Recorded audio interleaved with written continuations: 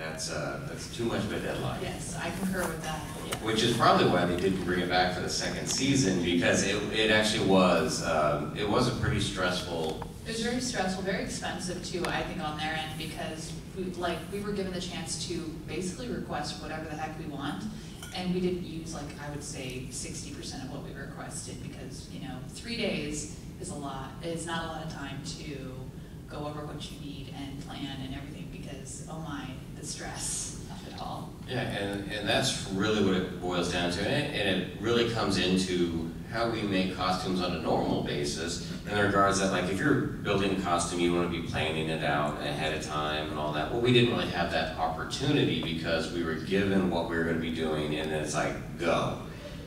Which is in itself, like, I've never been on TV like that. Like, I've been in front of lots of people, but I've never been in front of, like, cameras where their cameras literally always on you, non-stop. And they're, like, intrusive. Like, I'm trying to work and cameras are, like, right on me. And then on top of that too, while they're right on you, and I mean literally inches from your face, like where there's no sense of space between you and the camera.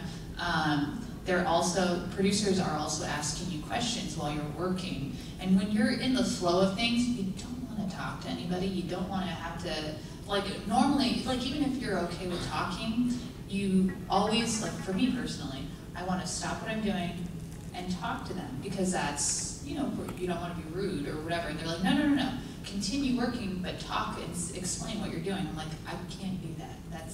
That goes against everything in my brain right now. And a lot of us had issues with that. So it was under pressure, trying to get it done in 3 days, and then having to do things very irregularly how you make it. So it was an incredibly stressful event, but I am curious to... Well, first off, what was your episode? Because we all had different genres as to what we were doing. So, like, ours was a pretty EVA foam heavy episode. We did a lot of armors and stuff like that. But I know that some of the other ones, like Eric was on one where they made giant wings. Yep. Like, I would have hated that particular episode. I wouldn't even know what to do. I love wings, but I would have hated that episode myself. I can't do wings in 3 days. I'm too much of a perfectionist with wings. My episode was anime, so we had to come up with 3 anime characters. We have not 3, 1 anime character for ourselves. There were 4 people per episode, and ours was very much a variety. Like, we had armor and sewing and lights and everything. We had our first challenge was to make something animate. Which meant it had to have lights, or it had to have movement, it had to have something electronic involved in it. And that was challenging in itself, because usually I like to play, like with electronics, like I work with Arduinos and like whatever, but I need to plan, and that's very specific for me. I can't just willy-nilly, oh, here we go. So I just put lights on and put a fan in, and that was my movement. So, like, ours was, like, video game based for my episode. I envy you, by the way. And our first challenge and most of the other challenges, I actually don't remember all of them. And it's because it was never shown on camera. I had food poisoning the entire time. I did too. And so I was off camera throwing up, and they were giving me Pedialyte while we were supposed to, like, all my competitors were all out on stage, like, still working and all that. So it was like, it was terrible, because I had every tool I could ever have in a shop, all the supplies I could ever have to build whatever I'm building, and I'm, like, dog sick the entire time. That is so funny. I was food poisoned too the first day, and it went into the second day, and, but other end from my end, sorry. TMI. And it's so funny too, because when you're on the show, you're mic'd, and I know this. Non-stop. Non-stop, even when you go to the bathroom. So when I'm going to the bathroom, I have my mic here, and I'm just like, I'm so sorry you're hearing all of this. I'm very, very sorry. And so this would go on at least 6 times a day. And the sound guy finally comes up to me. He's like, "You don't have to keep apologizing to me." I'm like, you're hearing me poop. Sorry. But yeah, that was a thing. But it's one of those, like, it showed me what I could push through as far as the creative process goes, because we all had alternates, like at least for our episode did, and like producers were like, you need to be out, like we need to bring in your alternate for this. I'm like, no, I got this, like don't worry about me, I will finish the costume. And it's because a lot of that is muscle memory of like, I've done costume fabrication, especially like EVA foam fabrication for so long that you ask me to build a helmet, chest piece, you know, weapons and whatnot, it's like I can knock that out. But I lost like hours compared to the other people that were there. Oh yeah. It's very unfair for you, especially. I feel like with me, I can go in and out, but when you're throwing up, especially, because it's all like, I'm not going to explain the process of food poisoning because this is not that kind of panel. But yeah, I feel like you would have lost a lot, because I lost a lot of time too. Oh God, what are they called? We call them our shadow crew. Our shadow crew was they're what Stephen was talking about, they're the alternates. They're the ones that if you are having trouble trying to complete part of your costume, you start to do it and they'll kind of help finish it for you or help you progress in it so that way you can actually finish the costume on time. This is actually very common with most making shows. Like they usually have help. I didn't really have help from anybody because... Yeah, my producer was furious because I did not use the shadow crew. Yeah, mine too. I was like, I don't want anyone else working on anything that's going to be on my costume during this. We're a little egotistical like that. We're like, no. No. I made it. So I would say the biggest thing that we took away from, at least from my show, is working with adversities. Is number one, I was sick, but the challenges I felt were very hampering to the professional. I felt that the show, and it's drama-wise, you know, the show wants the professionals to lose. They want the underdogs to win in that situation. So our challenge was, like, overall, it was lighting. And I remember, like, the whole thing was it didn't matter how great your costume is, if it didn't light up in the end for the final reveals, like, it didn't matter. And we got to a point where Josh won overall, and he got this Arduino, like, beautiful LED whole, like, suit light up, all these things. I'm like, well, I'm screwed. I remember that. But then, so Becca and I were very, very close to each other, and I actually let her go as second place. I was like, you choose your box. And I got my third box, and it was literally full of Christmas lights. So the challenge I had was lighting an entire costume with Christmas lights on those like AA battery packs. And it's one of those things where I'm like, all right, I can do this. Like, I don't know how I'm going to do this, but like, I'm gonna figure it out. I just realized something. You know what I just realized? Yeah, okay, so real quick side story. So they filmed 2 episodes at a time. And because you mentioned Becca, and I forgot she was in your episode. So there's a reason why you had all those lights, and it has to do with me. They were left over. They were left over for me because remember when I said, yeah, I requested we all requested so much material, and we used like maybe 40 to 50% of it. I requested a shit ton of lights and a lot of like little electronic things that I was like, I'm going to do this, this, and this, and it's going to be great. I didn't even use most of it, and they had all of these electronics, you know, from wherever they got them, and of course they can't take them back. So guess what your challenge was? So they were the next episodes to. But we were the last episodes. You were the last one. Or the second. So we got the leftovers from all of the other episodes. You're welcome. But that was one of the things, like challenge-wise, like I've dealt with LEDs enough that like. I had a box of Christmas lights, and I had these rave gloves that had like LEDs in the fingertips. You know, I didn't request that. That was okay. That's not you then. That was not me. No. Those actually were my saving grace because I actually I sculpted a mask in like an hour, molded it, set it up for the next day so it'd be good to go, and I can resin cast it.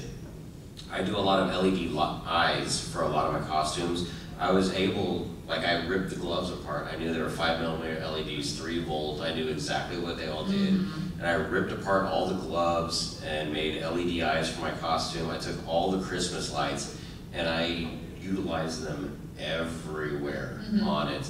And when it comes down to it, and spoiler alert, but I ended up winning my episode, and I won my own episode too, yeah. And it came down to the fact that it didn't matter how much technology someone had. If they didn't utilize it properly, it was almost a negative to the costume. Like Josh, who was in mine, did an amazing EVA foam Fallout armor set. Like had the lights been on all the time, it was really, really cool. But it's not what our challenge was. Our challenge was to make it glow. And so once we had all the lights off and everything, I had like LEDs underneath of my mask that would actually light up my wig that I was wearing, like all this additional stuff where I was like, just lights galore. And they were actually really impressed with the fact that like I had just this box of just crappy Christmas lights and was able to utilize it. But that's a big chunk of cosplay. Yeah. Is I'm a hoarder, you know, a controlled hoarder. That everything I use, like one day I will find a use for this thing. Yeah, we were mirrored basically. I'm such a hoarder myself. If you go into my studio, I literally have a wall of like electronics, and they're all nicely, neatly organized. But yeah, that's how we work really. We don't get rid of anything. But I think that's also a huge contribution to your. To possibly you winning, because you had the shitty lights, and I know those Christmas lights, I was supposed to use those ones. I also requested a ton of L wire. I think Becca got all the L wire. L wire. Yeah. I'm very sorry. But it's one of those things, like cosplay in general. Like, do a lot of you like? Is this like a new thing? Like, you want to get into cosplay? Like, you want to start learning how to do all this? There's so many things that are out there that are available nowadays that weren't available 8-9 years ago when we started. That's when I started. I don't know how long you've been doing I started back in 2000. There was definitely nothing back then. We didn't even have YouTube. We had LiveJournal. We had MySpace. We didn't even have Facebook. We barely had cosplay.com. So the thing is, like, the number one joke in cosplay is, like, regardless of how much time you have, you're always working on a deadline towards the end of it. And like, I've competed in some pretty major competitions, you know, like C2E2. I had my Warcraft work. I competed at TwitchCon. Every single one of those is always a deadline and I'm one of those that I break it down. I do a lot of listing when it comes to making the costume, which I think is important to knock out little bits to, set bit by bit goals by bit. and whatnot. Like I will have a soft date for a goal and then a hard date. And I always try to make the soft date. And I don't mean a goal like as in to finish the entire costume, obviously that, yes. But like sections of a costume. Like for example, like my Lisa hat here. I was like, I'm gonna just give myself only 2 days, hard date, 2 days. If I can get it done in 1 day, that'd be great. It took me about a day. But I made it in that extra time that I gave myself allowed me to work a little bit more time on something else. But when you're under crunch mode, like I made this costume in a week, like about 6 days. And for this kind of costume, normally if I were to just take my time, it would take about a couple weeks. So, you know, cosplay crunch, we're all very, very familiar with it. It's a fun thing. But sometimes you need that motivation to also, like, there comes a point like, I need to stop working on this costume. Yeah. You know, and we're having a competition date really sets that deadline for you. Like, I may not have worked as hard, I may have, you know, taking more time, not made the right decisions to it. And a lot of that, I feel, really comes into, like, because part of this too is like on our pattern making side of it is what we talked about. And when it comes to making costumes, making patterns is probably one of the most difficult things to do, especially when we're on a show and they're like, you have to make a thing. And you're like, well, I don't have the internet to get a pattern from they took our phones, by the way. They took our phones, they were given an iPad, Yeah. limited access to it. But it's one of those things where like I had made armor pieces for so long, it's like, all right, just making a chest piece, I know exactly how big my chest is, I know how all that sets up. And a lot of that really comes into play of nowadays, there's so many different utilities that are out there where you can download patterns either from, you know, like I have a bunch of free patterns on my YouTube at sksprops.com where you guys can download those, but other friends like Kamui has a ton of patterns. Oh, she does. And she's got a whole, props. I think she has a book too, like just filled with patterns. And it's one of those things like once you have the fundamentals of how that kind of stuff works, regardless of what your time crunch is, you can always usually find a way around that and really work through it. Because another thing that happened in my episode is they changed the rules for our first challenge 4 hours in. Oh, whoa. We were supposed to have like, it was supposed to be a weapon integrated into our character. And so I was making like this gun holster thing, blah, blah, blah, and then they said it had to be attached to an appendage. Like midway through, like I already like made the gun, I already patterned it, everything else. I literally took the gun, I threw it over my shoulder, and then of course the camera's like immediately, I'm like, what just happened? Well, they changed the rules on me, you know, and I could feel that it was the pressure of the producers knowing that I was working too fast. I was getting too much done too quickly. They're trying to create conflict for you. And so yeah, there was a lot of conflict that was done in the shows leading up to that, and this is still day one, so I felt good day one still. But I was able to then, all right, I'm going to make this arm blaster off of, you know, it's going to be attached to my shoulder piece, it's going to have a backpack, and luckily I was able to throw that together in like an hour and a half. Oh, good. It's like, that's something easy for me. I know exactly how that works. Yeah, but curveballs like that can really just throw anybody off, like anyone, no matter how professional. We didn't really get that kind of curveball. Actually, the conflict that they would try to start was they were trying to pit us against each other. Problem is, one of the girls in my episode I was already really good friends with. That wasn't gonna happen. And the other two were freaking awesome because we all loved anime and we all loved the same things, and we're like, yeah, screw that. We're gonna be. We were the episode that was the most annoying for the crew because we kept singing, and when you're singing songs that are copyrighted, you can't use them for shows. And we were singing, we were doing like Desert Storm, or what is it, the do-do-do-do-do. We just kept doing that.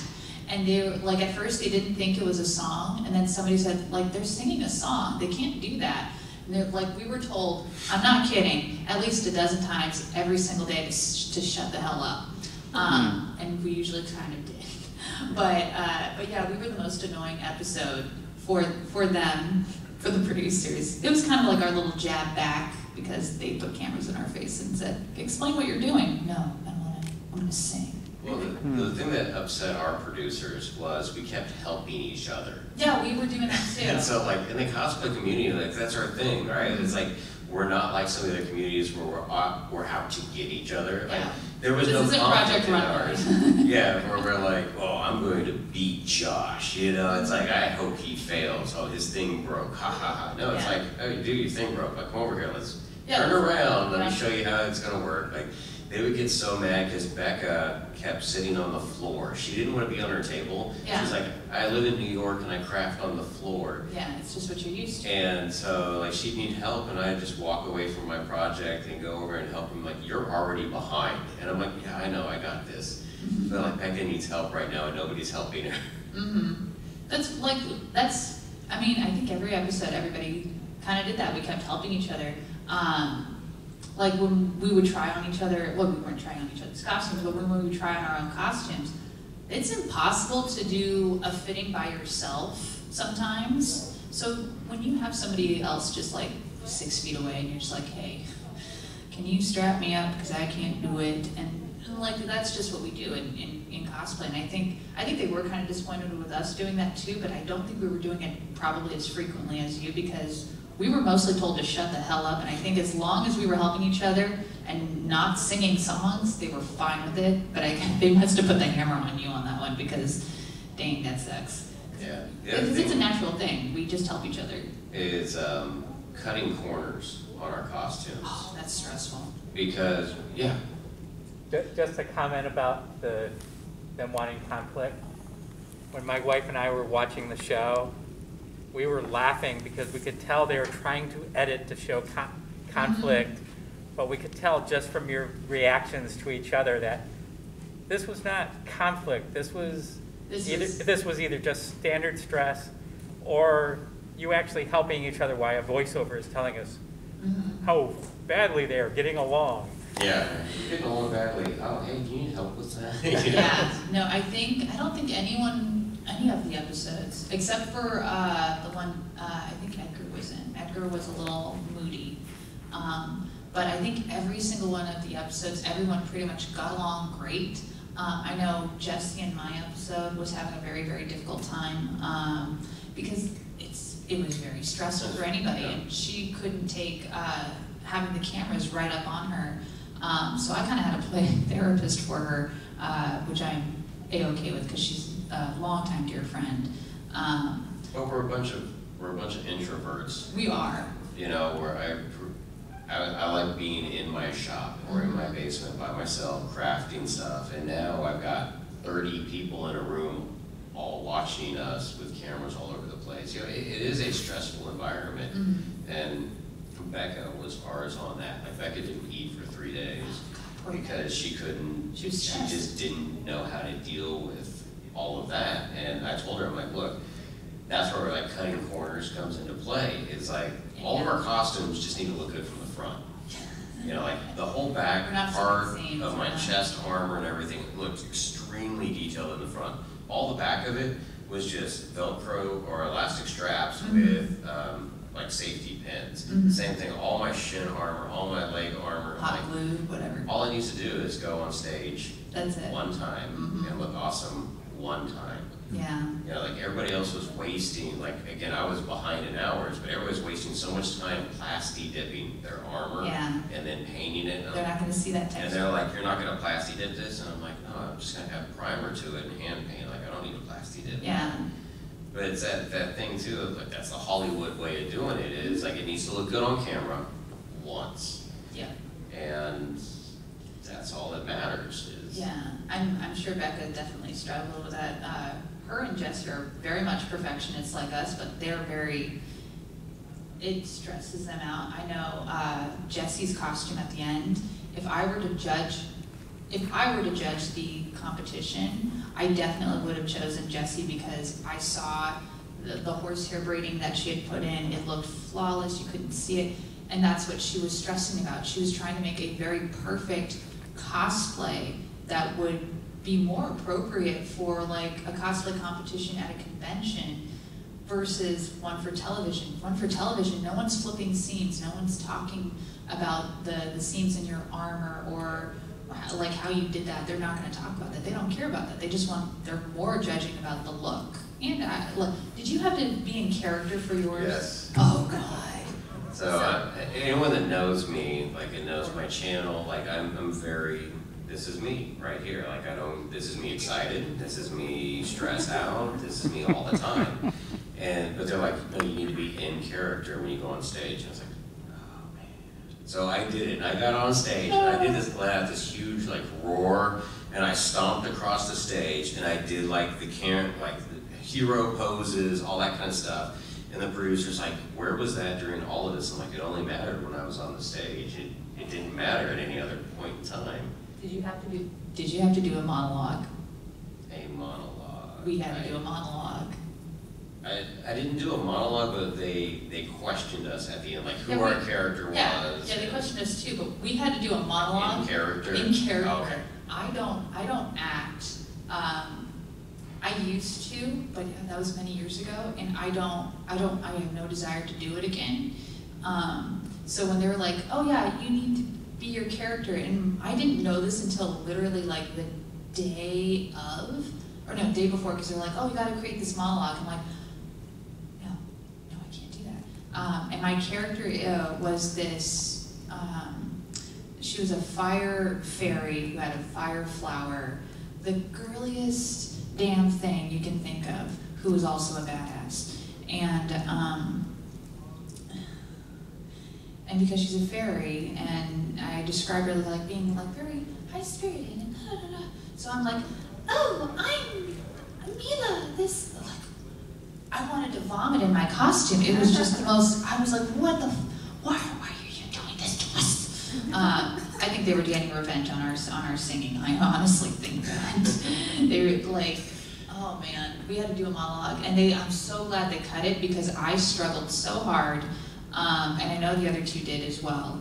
But we had to be in character. And when I cosplay, I only pose in character. That's it. I can't be like right now, if I have to be Lisa, I have to be a flirty, like, thing. I can't do that. Have you met me? I'm weird and awkward, and I just talk about pooping in a toilet and apologizing to our sound guy. I'm okay with admitting that. I can't be flirty. Yeah. So. And the other thing too, I think it really came down to like the decisions that were made and the types of materials that were used. Like Becca, like I'm most comfortable with EVA foam. Like I had to sew something, it would have been very difficult for me to move as quickly as I did. Becca decided that she was going to use Warbler as her main like armor for it because that's what she was comfortable with. But anyone knows that has worked with Warbler, you have to make all of it out of EVA and then you actually coat it with the Warbler. So it takes double the amount of time to do the same exact costume. But it's what she was used to, and I felt that was another hamper on her. You know, there comes to con crunching, and we all revert back to whatever is the easiest medium for us to work in. Yeah, I mean, it makes sense too, because like when we're thinking in our minds, it's like, okay, if I do what I'm used to, I can do it faster. But that's not always the case, because we don't really, when we're in our own headspace, we kind of don't really realize how much time we're actually taking. This was such a time management show, and if you know cosplayers, we are the worst at time management. We're just, like, even when you're a professional, like, time management can still be very, very challenging. And when we're, I mean, it's great that we were given so much of everything, like, at our disposal, but we also weren't used to the room. It's not like we had practice with the room, like we got to figure out where everything was. Like they gave us, I think, 5 minutes to look at where everything might have been. Oh, that's not enough time. We need like a day to like, and to even play with it just to know, like, I think they have Ryobi for their power tools, and I use DeWalt's, I use Milwaukee's, I use things that are just a little bit different, and even that little difference can be super duper challenging. I mean, the only positive that I felt to all of that is that they allowed us to bring some of our own tools from home. Yes. And whatever could fit in a suitcase. Whatever could fit in a suitcase, and then was approved to be used. Yeah, like they rifled through all of our stuff. Like they would flag some things like, I don't really think you need to have this out there. But like having my own rotary tool, having my bits, like made a huge difference, because I told them they didn't want me to use my bits. And I was like, no, you don't understand, like I make my own special bits. Like if I don't have these, the costume isn't going to look the same way. Like you don't buy this in the store. Yeah. Oh man, thank goodness for that. Because it's great going into a strange shop that has everything to your disposal, but you really work best with the stuff that you are used to. And this is an open panel too, so if you guys have questions about things that aren't cosplay melee related, like just about cosplay in general or getting into foam armor or sewing, whatever the heck I do, feel free to raise hands and ask away. I'm going to plug some stuff then. So for those that don't know me, my name's Steve. I run SKS Props, and my whole thing is I have done major competitions over the years. I've been first in the US and third in the world in some competitions, and I won TwitchCon years ago. The main thing that I try to do now is I try to teach people how to do all this stuff. So I moved from being a competitor to being a teacher. And it sucked. Last year without conventions, you know, I sat at home a lot. You know, I go to 13, 14 conventions a year. I don't know. Yeah. Oh no, I do like 20. I know the feeling. Oh, that's even worse. We do so much conventions. But without the conventions, I really took that opportunity to learn how to do YouTube. And I felt it was another way for me to reach people that I wouldn't get to see for the next who knows how long at that point. And I put out over 64 different videos over this past year. And all of my videos will have free templates, free step-by-step guides. And my whole thing to that is, again, teaching everyone how to do that. A lot of my original videos were very advanced because the way I looked at it was, well, Kamui's already got videos, and Bill has videos, and Odin Makes had videos. But my whole thought to that, and so I did, like, they had level 1, and I had like level 2 videos, things that were more advanced. And I actually got told that your videos are a little too advanced for people just coming in. And I took that to heart in the regards that, like, when I started doing revamping my videos, I don't use very many power tools. And now, like, my more advanced stuff, like, you won't see me use my laser cutter, you don't see me use my 3D printers. I want to show people that you can build all these things without professional equipment. Yeah, I found out recently, I have a huge following in India. I had no clue.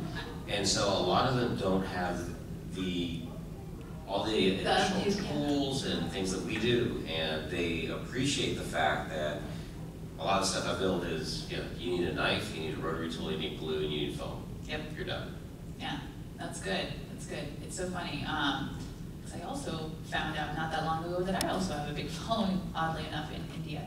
And but what's funny too is earlier this morning, my cousin, her kid, is also a cosplayer and looks up to me and everything. And she has a friend.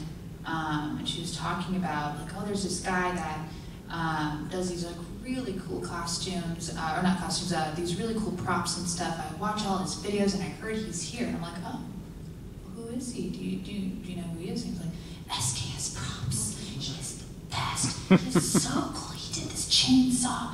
And it was like, she was just going off and being fangirl. I'm like, oh, you know, I think I might know him. Let me introduce you to him. But yeah, but you have fans, and it's awesome. Yeah, and that's been the big thing too, is like for those that have never made YouTube videos, it is a very draining process.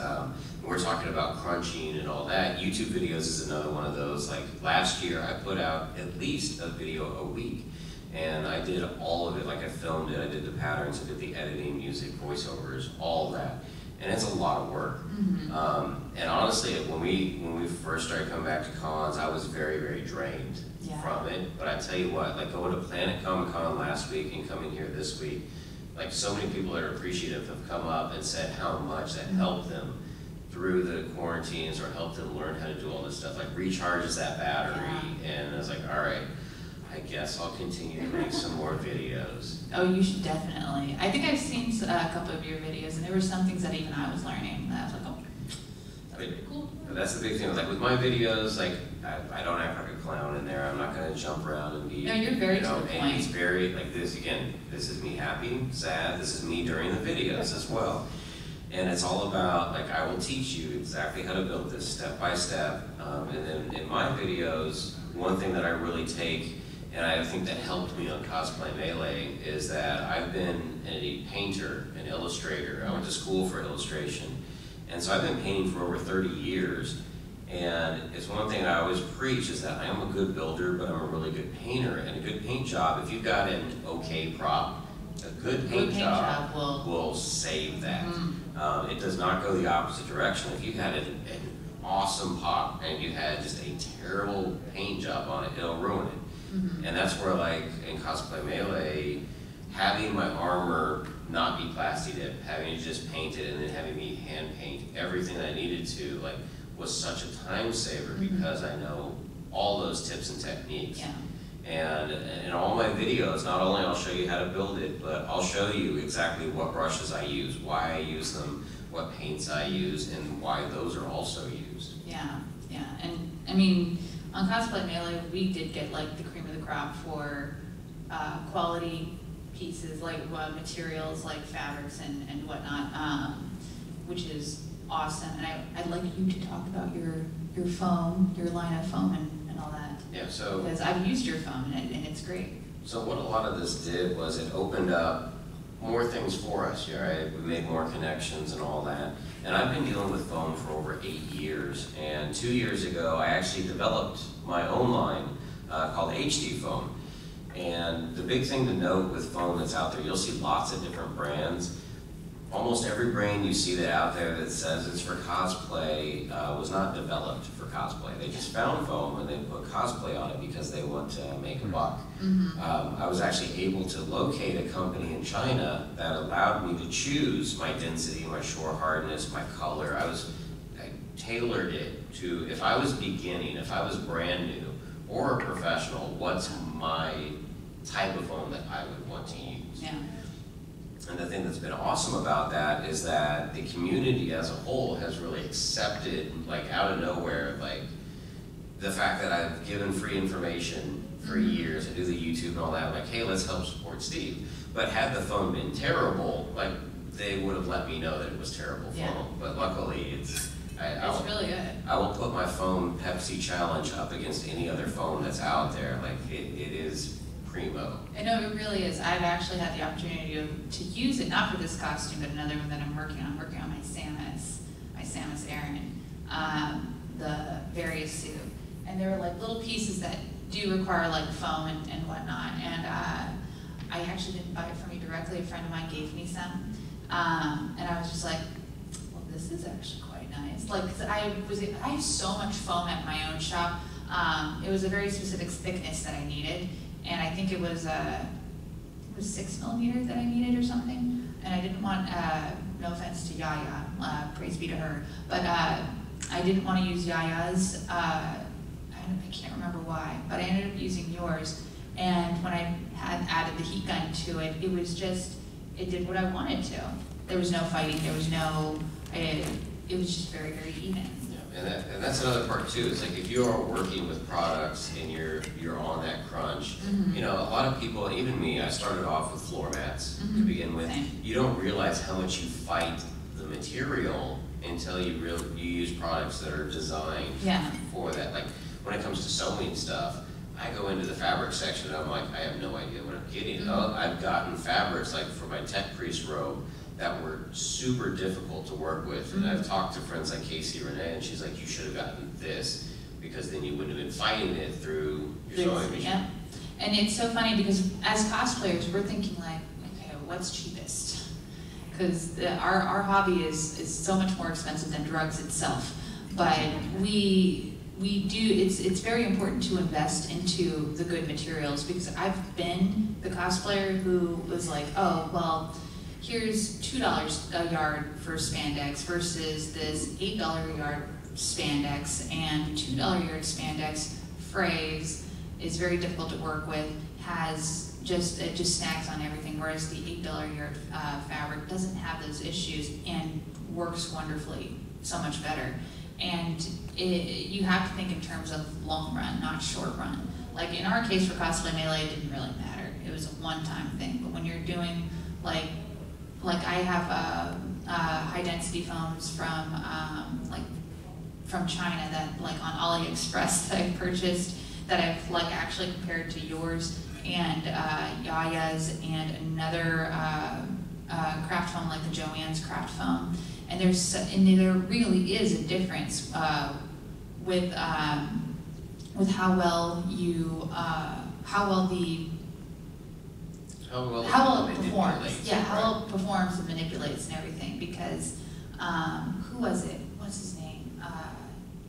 He was another one on Cosplay Melee. He used his pebble to shape the armor. It's Becca's boyfriend. Yes. DeRay, I think. DeRay, yeah. He was like that. I knew of the pebble thing, but I've never seen anybody use it the way he did. And for you to apply your own skills and techniques on something that's higher quality, you actually just realize how good you really are. Sometimes it really is the material that you're working with that can be just kind of crummy, and you don't realize it. Well, that's the other thing too. I actually forgot about. Do you remember our stress tests before the show? That's right, yep. So before we got on the show, they had stress tests for all of us. And we thought we were just going in to build something. And it was literally the worst materials I have ever seen in my life. And we were working with foam, we had no Dremels. We had turkey cutters. And like the glue was terrible and all that. Wasn't it also technically an audition too? Yeah, it was part of the audition. Yeah. And like afterwards, I was like, what is going on, man? I'm like, this is literally some of the worst stuff I've ever seen in my life and everything. And the producer goes, well, we know you can build with good stuff. We wanted to see what all of you did with some of the worst products that are out there. And he's like, you actually did a really good job. And I was like, that's not funny. You know? It's funny. Like, screw you, man. Okay, now I'm curious. What did you make for your stress test? Well, they didn't have EVA foam. They had L200, which L200 does not work the same way. If you heat it, and like score it and heat it, it doesn't open up. It doesn't take certain glues well. And so, but that was all we had. We had 1/2-inch L200, and I used my turkey cutter to cut a breastplate for a knight. I did leather straps for the tops. I had like metal push brads for like rivets in there, and then we were spraying them outside. They had like this area where we'll take them outside. This is all at a and spray. hotel, by Yeah, at a hotel. All the spray paint was being sucked in through the air conditioner, and people were complaining in the lounge and the lobby because all the spray paint fumes were getting sucked into the hotel. And so they told us we could no longer spray paint. So I didn't get to spray paint mine. I was the last one. Oh no! And I had to hand paint everything on there. Yeah, I forgot about, that was actually worse than the show. That was the stress test. I would agree with that. And they were filming all of it. They were. And it's so funny because my stress test was absolute garbage. I really went in there and I was like, oh, okay, you know, I'm not gonna get on the show. This looks like utter crap. Like I made like a leotard, literally only using spandex material, like just 4-way stretch lycra. Because I figured, okay, I'll do a superhero looking thing, and maybe if there's a superhero episode, they'll put me in that. I don't know, because we didn't know what the episodes were going to be, or what themes, or anything close to that. But we were just like, I mean, everybody. So there were some people who made absolutely wonderful things and didn't get on the show. Yep. I still don't know why I got. I think I took a photo of it just to show how embarrassingly bad it was. But yeah, it's amazing like who they choose. Like we did have to bring in some of our props for like one of the earlier auditions, and I brought in some of my Zelda armor because it's mega impressive, but it's also resin cast, and that takes more than like, you know, a couple days to make because there's a lot of sculpting and whatnot involved. But yeah, they asked like, can you make that in 3 days? Nope. They were just, I don't know, they weren't very realistic with us on a lot of things. And I remember one of the funniest things is that, like, after the stress test, we were not allowed to talk to anyone the entire time. Like, if you talked, you got a check mark. If you got so many check marks, you were gone. We weren't even allowed to talk to each other, like during, like when we were having lunch with each other. When you're like having lunch with someone and you're just eating in silence, that's weird. It's so strange. We were in the hotel and we weren't allowed to talk to each other in the hotel. They didn't say anything about writing, so we were writing notes to each other. We still have the story that we created. It's one of those like, you know, okay, start a sentence, finish a sentence sort of story that we were wrong. We were all on the same floor, by the way. Big mistake. We can hear each other running down the hallway